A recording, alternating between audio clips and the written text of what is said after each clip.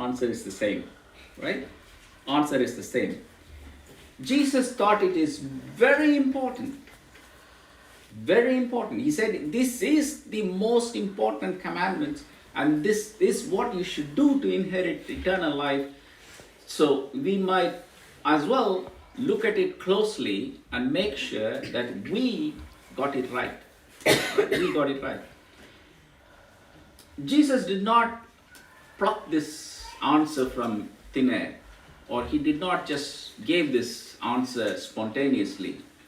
This is a commandment that was given to Israelites long before. Go with me to Leviticus. Leviticus 19.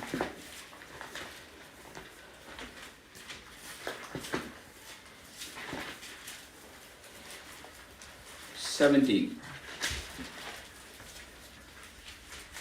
19:17.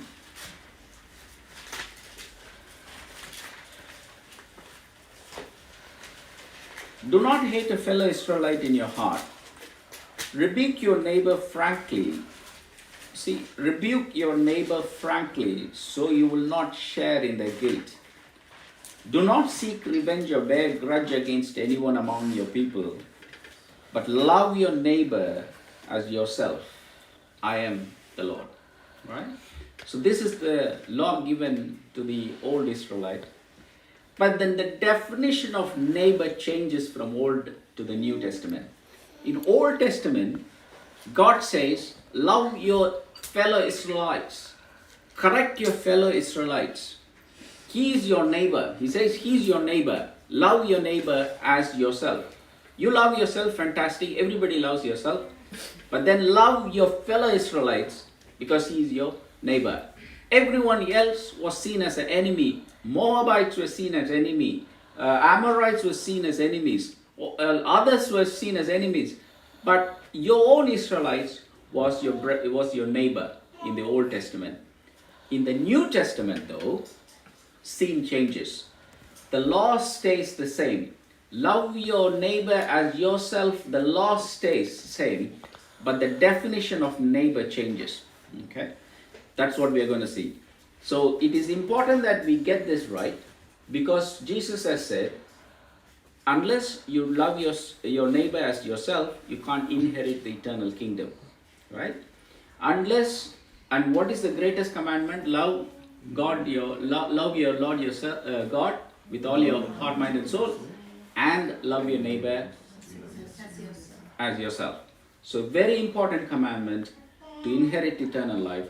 So we need to know what is the New Testament definition of this neighbor, and then we have to see that in the Word, the light of the Word, that we really truly love our neighbor, so that we follow the commandment of God. Number one, let's go to Romans. Yeah, before we go into neighbor, but we'll see this before we go. Romans 13, 8 to 10. Okay. See, I was thinking to share about this, not loving yourself and loving others, and brother spoke about it yesterday as well. And this morning, Ben spoke about it as well. It's amazing. I mean, of all these topics, it's God working His way. I mean, anyway, we've seen this many times, so we'll move on. Romans 13, 8 onwards. Let no debt remain outstanding, except the continuing debt to love one another. For whoever loves others has fulfilled the law.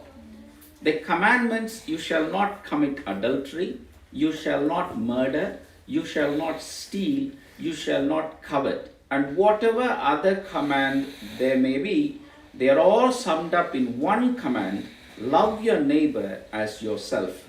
Love does not harm to the neighbor, therefore love is the fulfillment of law. Here he is writing to Roman church.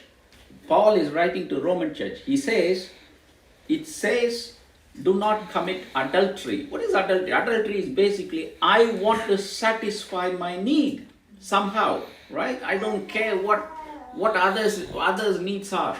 I have some bodily needs. I want to satisfy these